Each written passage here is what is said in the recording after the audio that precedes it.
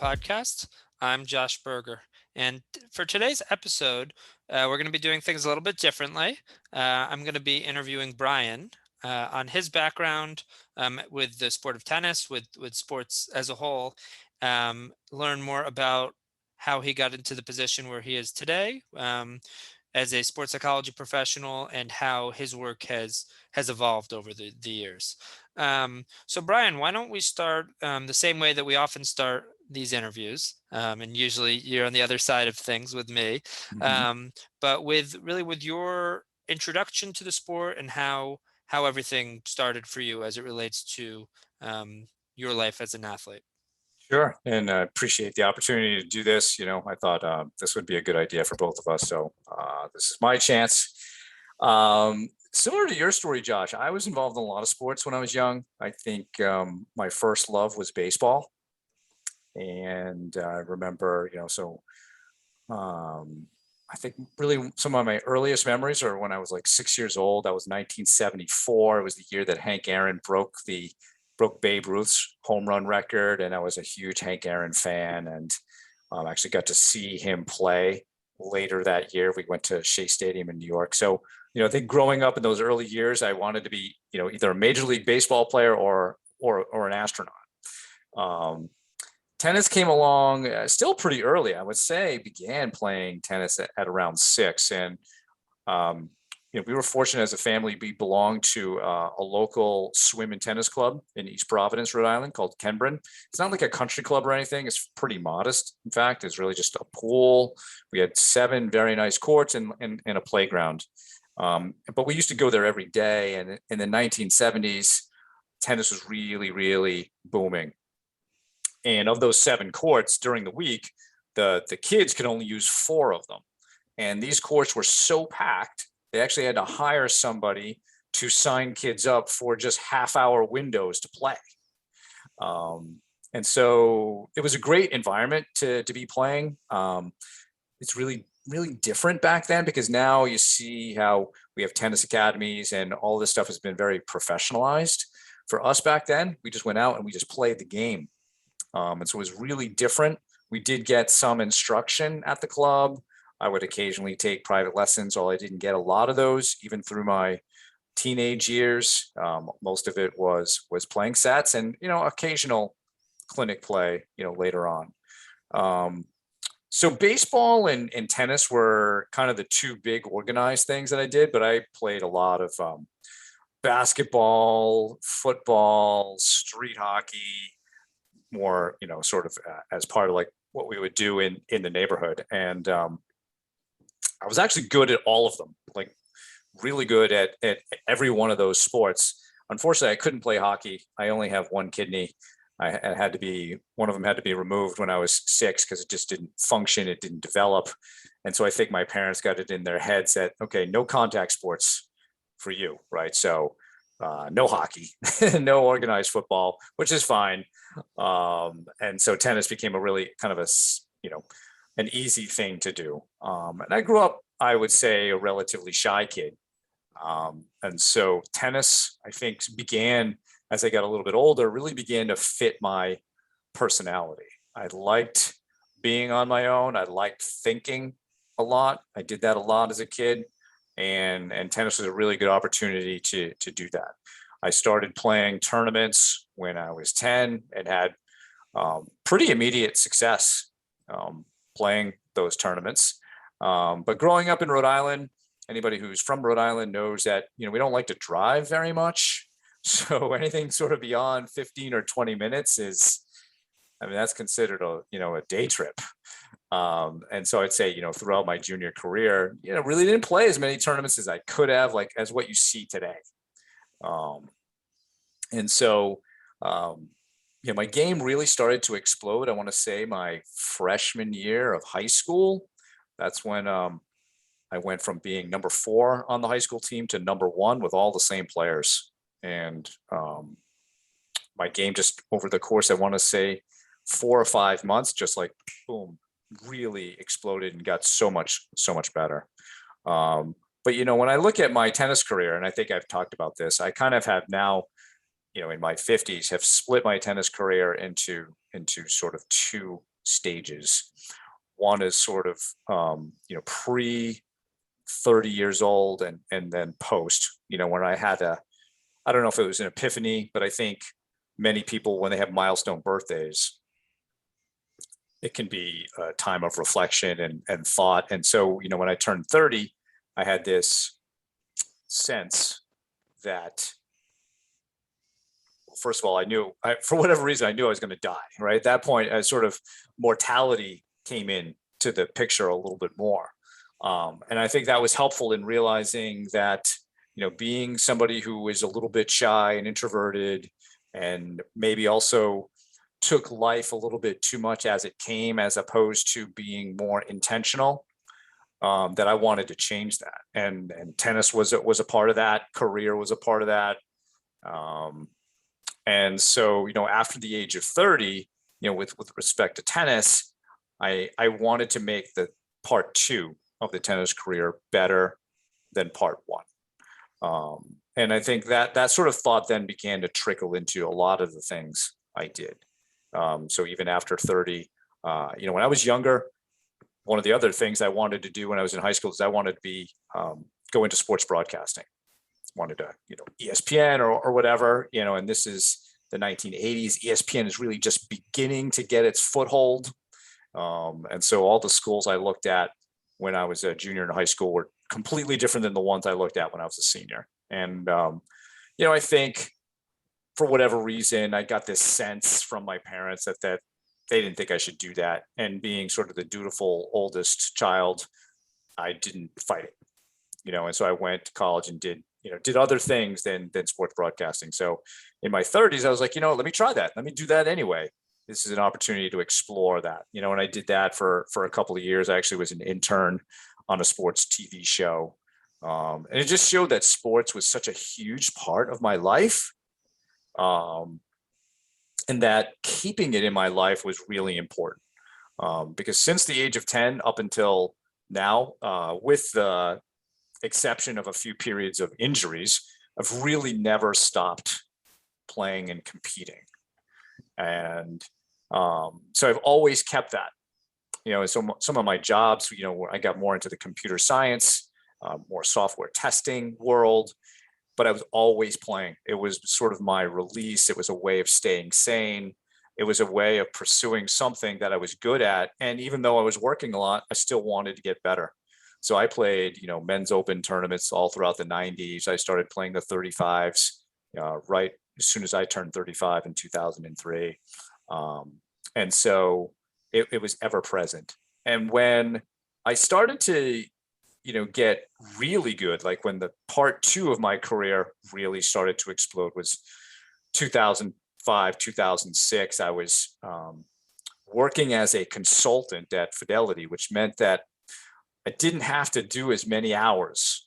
I could go in at 7 and leave around 4:30. And I lived in the same town as where I worked. So it was basically a 10-minute commute. So I'd be home on some days by 4:15, which gave me a lot of time to train and practice. And then being a consultant, I had vacation time that I could take to travel to tournaments. For those 2 years, traveled to national tournaments in Kansas City, Scottsdale, Arizona, Daytona Beach, Florida, a bunch of different places, played all over New England. And as I, competed more and more and was putting into place this mental game that I was working on, because that was part of the transition of part two of my careers. I wanted to really improve my mental game. And I knew that there were aspects of it that were holding me back, sort of being too upset about mistakes, in matches, et cetera. Not that my temper was crazy bad, but it could be a distractor. It could derail me at times. And I really wanted to deal with that sort of handling the emotional roller coaster of playing a tournament. I felt, like many players probably do, oftentimes this love-hate relationship with the sport. And I wanted to change that. And so those couple of years, like 2004 played a lot, 2003, 2004 played a lot in New England. And then I wanted to get ready to go and take a couple of years playing the national events. And by that time, I think the biggest key for me, Josh, was having this idea of a reset button. Sometimes we call it flushing or whatever. But that's when it came to me that I wasn't ready for the next point as much as I needed to be. And so the idea of resetting and dropping the emotional baggage of a previous point was really important. So in those 2 years of going out onto the 35 and over tour, I finished number 9 in the country in 2005, and then number 2 in 2006. And then it was time for sort of another reflection. Like, all right, how did I do that? Why did I have to do that on my own? Was a question. Why wasn't anybody really systemically and progressively teaching people to be better competitors, to be, mentally tough? A lot of the things that we talk about, at that time, I don't think there were many people doing it that way. I think there are more now, people doing it that way, teaching it in a systemic way. But back then, I don't think that was the case. I think when people went to see a sports psych professional, it was more about discussing a particular issue. It wasn't so much a model of, like maybe you would have in a strength and conditioning program where you work on the basics first, right? Maybe your core strength, maybe some functional movement. And for us, what is that? Like, that's awareness. So I was using different books, CD program by Jeff Greenwald called Fearless Tennis, In Pursuit of Excellence by Terry Orlick, The Inner Game of Tennis, Winning Ugly. Charles Marr and Nick Bollettieri wrote a book about mental training. So I was just using these resources to help me design the things that I wanted to do on the court. So, after that, a couple of years, I joined Fidelity full time, and so my ability to play national tournaments became less and less. When you're a full-time employee, you're feeling like you got to be there more often. It's not as easy to leave at 4:15 like it was when I was a consultant. And then I would say, that thought about, mortality and purpose started to kick into more the professional area. And I began to wonder, in my profession in software testing, is this that meaningful for me? I come here, I do this job, but I like it, but I don't really love it. And I don't really know, other than making money, why I'm doing it. So I started to rethink about what could I do to contribute more to, some sort of community. And so naturally I thought about tennis, and I thought about this idea that I had about helping people to compete better. And that's what I did. So I began to start the business even when I was working at Fidelity, and I let them know, right? So I didn't want there to be any conflict of interest. So my boss and I had to, file some paperwork with the company that I would be doing this on the side. So I started on the side, and I started working with some local players. And I had a very small program at the time. We talked about in your episode how things evolved. I remember maybe only I was sort of like a 3-trick pony. I only had 3 things I really kind of felt comfortable working on with people. And obviously that's expanded to much more now. But I like to remember back to those days because it makes me appreciate where I am today in that learning journey. So I did a lot of the stuff where we would do an on-court, say, hitting session and work on some things, and then we have an off-court. So it really ended up being like a 2-hour block of time where we would go through these things. And the few players that I worked with doing that model, especially over the summer where we could play on some public courts, was really good and was really successful and rewarding. And then moving later into 2010, started to have some real stress about my job. Really was not enjoying it. I feel like maybe I got promoted to one level above really what I could handle, and I wasn't handling it as well. And I didn't really have anybody to kind of talk that through with or whatever. So maybe a bit of a rash decision. So I was just like, all right, screw it. Sports psychology is what I want to do. I'm going to quit. And it's been the best decision I ever made. So that was really summer of 2010. And then it was about, similar to what probably you went through, Josh, is trying to, all right, how do I get started working?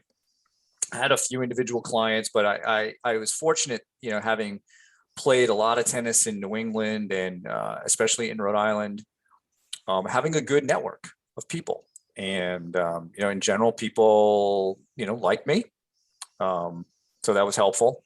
And so getting started, I reached out to a lot of coaches, and there are a lot of people I have to, I'm really grateful for helping me out. The guy who first agreed to let me do a program at a club was named Brian Morissette. He was the head pro at the Four Court Club in Cumberland, Rhode Island. So we did a program there for a couple of years. Francisco Montoya at Manchester Athletic Club allowed me to come and work with the players at their academy, which is one of the best academies in the Boston area. Same with Jeff Barrett at the New England Academy of Tennis. He's not there anymore. He's doing his own thing, and we still work together. But really grateful to him for having me work with their academy players. And then Ron Genren, the coach at Bryant University, the men's tennis coach, really instrumental in helping me develop what I have, working with his players. And I work with a lot of programs at Bryant now, and none of that would have been without Ron helping. And Ron and I have actually known each other since the 12 and unders and all through high school tennis. So a long relationship there. So those relationships were probably the most important thing for me to get started. So now working on my own, just like you, Josh, enjoying things, doing, even though the world went virtual with COVID, I had started a virtual model before that. So in terms of how I engage with clients, it really wasn't that much different. So, still working with college teams, working with athletes in other sports besides tennis. And along the way, I've been fortunate to coach at Bryant for both the men and the women, and at Boston College one semester with Nigel Bentley for BC. So, and we had a great run that year, making the NCAA's first time in 22 years for the school. And so all of that stuff has really, I feel like has influenced who I've become. And, really kind of, this is career number 2. So I'm sort of starting off later than most. You're still in your 20s, Josh, and I'm in my 50s, and in some ways we're kind of like in the same place, right? Career in terms of sports psych. But I think it's all good, and I'm looking forward to practicing for many years to come. Well, thank you. I mean, I'm sure all of our listeners got a lot out of that story, and I also learned a lot from that in terms of that decision that you made to really take that leap, which I also talked about in my journey, how my leap was more recent. It was actually just last month. But it takes courage, knowing what you want to do and being able to get to that point where after a lot of thought you're ready to go for it. So I think when you look back at it, you mentioned it being one of the best decisions you ever made, or the best decision you ever made. So I think that's really commendable. One question I have: I know just a few years ago you came out with your book, The Mentally Tough Competitor. Can you talk us through how that process came about, and what that was like in terms of deciding to write it, that process of actually writing and releasing it, and a little bit more about what that was like going through that? Sure. I think, I guess I'd always wanted to write a book. Even when I was a kid, I used to fold up pieces of paper and write stories on them and sell them. So I think there was always some sort of idea in me that I wanted to write. And I don't know that I'm a particularly good writer. I think I need more and more practice at that. But I enjoy it. I enjoy writing the blog um, on my website. So the book I wanted to put out there because, and I'd like to write more books. I think that would actually be really fun to continue to do that. But I wanted to put out something that spoke to how I saw things in tennis or in sports, the challenges of it, because I feel like I have a unique take on some things. And uh, that has come about through a lot of reading over the years and a lot of studying, and then thinking about those concepts and coming up with different ways of thinking. And so I think the idea of the book was, let me just put out some short chapters that address specific topics that could help people change the way they think. I think one of the unique constructs of what I do is this idea of helping people to develop a personal philosophy. And to me, a personal philosophy is, well, first of all, philosophy is really just ideas behind your thinking. And when you don't have better ideas behind your thinking, we are usually slaves to default modes of thinking, which are typically things like loss aversion. So we tend to think more about what we have to lose than what we have to gain. We tend to think more about what we did wrong, or what needs to be improved. We tend to focus more on avoiding unpleasant emotions. And that's more or less hardwired into how we are. It's part of our survival instinct. But many of those modes of thinking are not beneficial, to performance in life or in a sport like tennis. And so I think of developing a personal philosophy as, in a way, an upgrade to how you think. It's realizing that, this is not a life or death situation. So we don't have to be thinking about some of those things. Here's how we can think better. So the book was meant to be used as a way of creating and spurring better ideas behind how people think, and really give them a better personal philosophy about how to approach things like challenges, competitions, learning and making mistakes along the way. And like, Josh, there are a lot of almost seemingly contradictory ideas in sports psychology, right? So you got to focus on the process, but you also kind of have to know what you're trying to win at the same time. And so it's, how do you keep some of these things in balance? And so there are some ideas on that.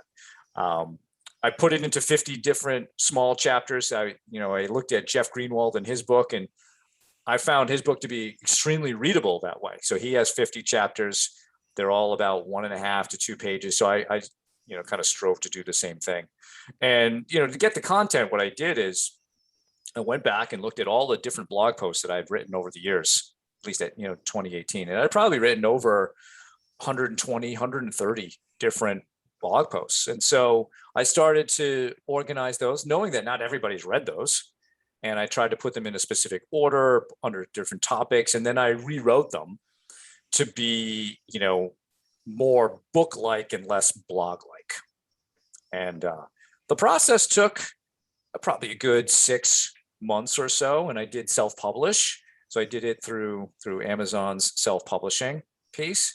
I just wanted that experience as well, to create a book that you can have in paperback or in Kindle. And so it was a great experience, and it's been nice to be able to give it to students or other people. I do use it with a lot of students, and will assign homework. That might sound funny, like I'm assigning my own book as reading, but I think some of the concepts in there are worth at least as prompts to get a conversation started, and again, get people thinking in different ways. So I would love to write more on that, whether that's a mental training program per se, or maybe it's sort of part 2 on perspectives and mindsets for achieving excellence. That's awesome. And I know that through reading it, I certainly got a lot out of it. And we can, certainly link to that, because I think that has a lot of value for any sort of athlete, whether, tennis player, coach, parent. I know there's a lot in there. So you mentioned working with players on their personal philosophy, and I know that has a lot to do with with the work that you do with players currently.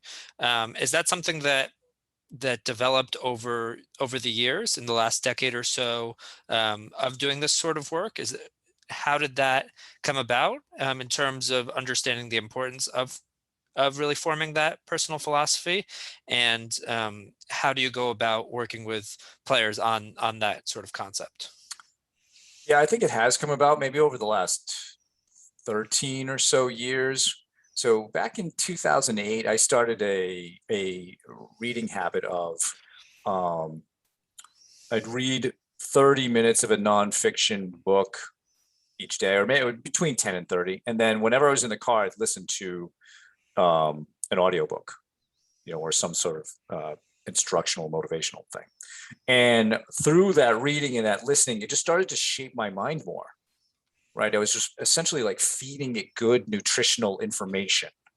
And it was giving me new perspectives on how to look at things. And then after that, I started keeping a notebook of some of the key perspectives or mindsets that I found helpful. And now I've put that into a digital notebook. I've actually published some of that, in a PDF for people who want it. They can have that. Um, some of the things I found really, beneficial. And so those philosophies then started to influence how I performed on a daily basis, and especially on the tennis court. And one area where I saw this especially, and I think this is a good example of why having a personal philosophy can benefit you. So let's look at the idea of playing 1 point at a time.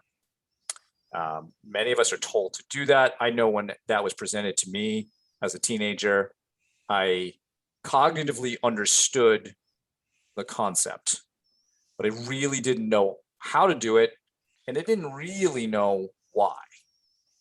And so now when we're working on developing a personal philosophy, we'll take an example like that, because lots of players you can teach them the 16-second cure, they can go through those stages, etc. But if they don't know why, then it's easy to quit on it or lose faith in what it is. And so why do we have a between point routine? Why is it important to play 1 point at a time? And you brought up this, I think, idea of present moment awareness when we did your interview. To me, the big philosophical underpinning of the in-between point routine is that the most important point in the match is always the next one. And the routine gets you ready for the most important point of the match. That resonated, a lot with me. That really got me to want to invest in a technique. So, when I think of my own practice, my practice is, I would say the approach is sort of an existential cognitive approach. So existential being more on the philosophical side, trying to understand purpose and meaning, values, that you are more than just a tennis player. You're a human being, and your whole life influences that. And then on the cognitive behavioral side, it's a lot more about your typical mental skills training things: focus, confidence, goal setting, self-talk, right? And so what I like to do is try to marry those two things together. It's great to, have specific self-talk, but if you can have some philosophical underpinnings that really help you be more invested in that, it's going to work better. So kind of combining those two things is really what I'm going for. So whenever I'm working with somebody, we've got sort of a philosophical curriculum, and we've got a mental skills training curriculum, and we're marrying those together along the way. So ways that we train that is it is a lot of reading or watching specific videos and then reflecting and talking about it, and then using those types of thoughts in competitive situations. But there's a lot of conversation that goes on, or I'll have somebody read a chapter or two in my book or something else, and we'll talk about it for 20-30 minutes, what this means and how might you apply it. How is this different than how you used to think about this type of situation? One of those is something you referenced in your episode, Josh, the whole 1% better piece. Watching the Eric Buderak TED Talk is one way to address it. I have a couple of other articles that talk about how Olympic coaches in other sports use the idea of 1% improvements to go from having terrible performance to now being world champions, all through this idea of incremental improvement. And so when you begin to open up the eyes, especially of young players, to how to do these things. And then you give them ways of monitoring it, like through journaling and other reflective practices. They begin to see it, they begin to feel that improvement. And then you can introduce more and more philosophical concepts, because they begin to buy in with that early stuff, especially around 1%. That's one of the first ones that I always like to use with athletes. So yeah, I think that's essentially how we go about doing it. But I think it's important that you attach your philosophy to what you're doing. It's not just thinking. We want to make sure that we're applying that thinking to specific situations that you're going to find yourself in on the court or even in life. That certainly makes sense. And part of building that philosophy that you're talking about is that reading and learning process that I know you have gone through, and really as a lifelong learner, that I'm sure has continued to underpin the work that you do today. One question that I have that relates to being a lifelong learner, and some people I'm sure probably aren't aware of this, but you're currently in the very final stages of a doctoral program within sports psychology. If you could, I think it would be awesome if you could tell our listeners a little bit more about what that's been like these past few years, and maybe what you've learned from going through that program. Yeah, it's been a good challenge. It's been exciting. At times, a lot of work. I know, like especially when I was at Boston College in 2019, and I always feel bad about this for Nigel, the head coach. There was one class where we were literally writing a 10-page paper every week for 10 weeks. Wow. And and then I had another class on top of that. So it was just taking up a lot of time, and it was hard to do a lot of the coaching work and traveling. A team like Boston College, you're in the ACC. Most of the schools are not close. Most of your opponents are, Notre Dame's, you got to fly out to Chicago, or you're down south. So there's a lot of travel time. So, but it's been a really good learning journey. I think it's, continued to help me develop and evolve what I'd like to do. As well as learning some of the other aspects, so the program itself is very geared toward helping practitioners get their certified mental performance consultant certification from ASP, which is the Association of Applied Sports Psychology. And so you have to take classes in some other things like counseling methods, their exercise physiology, multicultural counseling, sport and society. So it was really, interesting to take some classes that were not that they're not involved in what we do. They are. They're good to know, but they're not like the strict sort of sports psychology applied classes that you might take. But it's been a good journey. It's been about 3.25 years. So when it's done in December, really the last thing I have to do is defend what's called a theoretical orientation, which I kind of just gave you a little bit of a preview on. It's sort of this existential cognitive piece. So I'll have to explain that more deeply, but then I'll also go through a case study that shows how I applied that to a particular player or athlete. So, I've chosen a tennis player that I've worked with for the last 7-8 months, and continue to work with today. And I think it's a good example of how we've done that. And he's been somebody who's given things to read in the book, and we've talked about those things. And it'll be, the case study sort of ends with, what do I think are some of the implications of what we did together for my own practice, and it's been good to look at like what things really worked well with this player that maybe I want to feature that a little bit more, or something like that, And so just the idea of having to develop my theoretical orientation, which has been what this year has been about. So it's been like a 1-year journey of just developing that, along with some other assignments. it's been a good learning journey, and the year also involved a mentorship. So we've had different mentors throughout the year talk to us. We would do, meet as a group. So I had a couple other guys in my cohort who are on the same track as I am for graduating in December. And so we would talk about cases, we talk about different readings that we were doing. So it's just been a really positive year to finish up the program, and I'm excited. I'm wondering what I'm going to be doing with my time afterwards, but it's all good. Yeah, that's actually what I was going to ask you about. I know it's been a big time commitment, and I know it's I'm sure you've learned a lot, and I'm sure it's been um, you know quite an experience going through it. So what do you see as being sort of the next chapter in terms of your practice, and maybe applying some of the learnings or certain changes from these past few years? I think definitely want to do more writing, Josh. Um, One person I think I've maybe mentioned to you in conversation, I don't think we ever talked about him on the podcast, is a guy named Dan Abrahams. He's a sports psych professional, mainly works in professional soccer or football in the UK. And from a writing perspective, he is like prodigious. He has a LinkedIn post every single day. He writes books. He's writing all the time. I actually don't know how he has time to see anybody, given how much he's writing.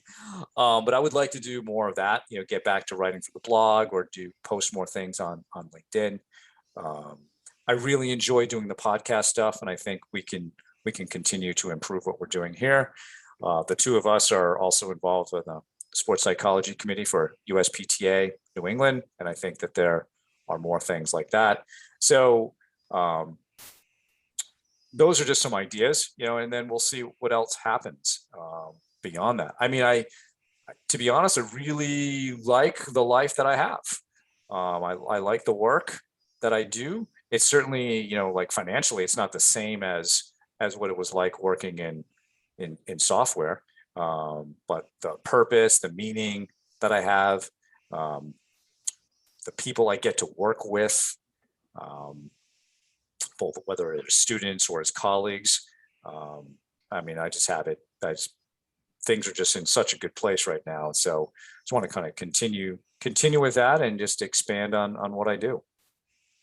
Absolutely. And I'm sure that'll be very, very exciting once you go through that last milestone of, defending it and really going through that, your philosophy and that work, with the doctoral committee, and finishing up that program. So congratulations on that in advance. Thank you. Um, so as we start to wrap up for today, wanted to see if you had any last thoughts. We've gone through a lot about your background on a deeper level, in terms of your philosophy and how you work with athletes. But I wanted to see if there are any last thoughts that you had. Yeah, I mean, I think we obviously talk about tennis on this podcast, right, through a sports psychology lens. And whenever I work with tennis players, I tell them that, and perhaps you and I are biased on this, but I think tennis is one of the most difficult sports mentally. It's very mentally challenging. I have a lot of empathy for what players are doing. It takes a lot of courage to go out there, to go out onto a court, not knowing whether you'll win or lose. It takes a lot of courage to have your results published online for everybody to see. And you get the credit, you get the blame. It's you. I mean, if you're out there in a doubles partnership, yeah, you can blame somebody else, but yeah, you're obviously a big part of that. So, I say that only to like the Tennis IQ podcast audience, that this is a tough sport. Give yourself some credit for trying to do this. And we've mentioned on the podcast a bunch of times now how viewing tennis as a life project. And that's really kind of how I've come to see it, Josh, over the last few years, is that tennis is just something I do. It's not everything about who I am. And I've learned not to over-identify with my experiences in tennis. And the idea of thinking about it as a project, and um, almost like, all right, I should have a project plan, and like we'll have certain categories in the plan, and this is like when I'll do it. Like, that's actually not a bad idea to look at it that way. And because anytime we take on a project that we enjoy, we want to do it well. And so if we begin to think about it more that way, um, I think it can be healthier, but it also might help you to work harder at it and improve more at it. So, given that tennis is such a tough sport, that's perhaps one way for people to look at it and begin to not over identify with their results. Um, yeah, I mean, I think as we close this out, with tennis being such a mentally challenging sport, try to have people give themselves cut themselves a break a little bit more as they go through this. It's such a battle out there. The scoring system is so tricky. You may not think it is, but it's inviting you to judge yourself after every single point, when we know not every single point really, in the end, counts. Although in the moment, you have to play it like it absolutely important, right? And there's just so many things going on out there that the more that you as a tennis player can be kind to yourself, be compassionate with yourself, the better you'll perform, but the more you'll enjoy the sport. When I think back to when I said I had that sort of love-hate relationship, it was due to a lot of negative self-talk, a lot of just sort of anger and frustration. And part of that was because I didn't really understand the true nature of the sport. I didn't understand, like what we just said, about how points are a means to win games and games are a means to win sets and so forth. The more you can develop the right perspectives on these things, the better you'll be able to navigate the mental challenges of the sport. And my hope is that people can get to a place where they love tennis more, love playing the game more, that they don't avoid playing the actual game, that they enjoy going out there and playing a set and seeing how it turns out. Because I think that is something that in today's world, sometimes there's a little bit there's not enough of that. There's not enough play of the game, especially at the younger level. Although I think academies and junior programs are starting to come around to the necessity of getting kids to play more sets. Because how else are they going to learn how to win? You're really not going to, unless you're putting yourself and getting the experience of going from 0 to 6 and getting to 6 before your opponent multiple times. Absolutely, absolutely, and I think that's an important point, that it is a challenging sport. It is. I mean, after every point, there's that, that instant feedback. Did you win or did you lose? Yeah. And it's important to try to view that in a productive way. Get as much experience as possible playing sets and enjoying that process. Because if not, it can be really tough out there. But thank you, Brian. I think that was. I know I got a lot out of it. I'm sure our listeners did as well. And that's our show for today. For more on today's show and to learn more about Brian's business, Performance Extra, you can check out the show notes for that information. If you have any feedback or questions for us, you can send us an email at tennisiqpodcast@gmail.com. And you can also use the Twitter hashtag tennisiq. Additionally, you can also follow Tennis IQ Podcast on Instagram, where we post updates. And you can subscribe to the show on your podcast platform of choice, which also includes YouTube, so you can be notified of new episodes. Thank you again, and we'll talk to you soon in our next episode.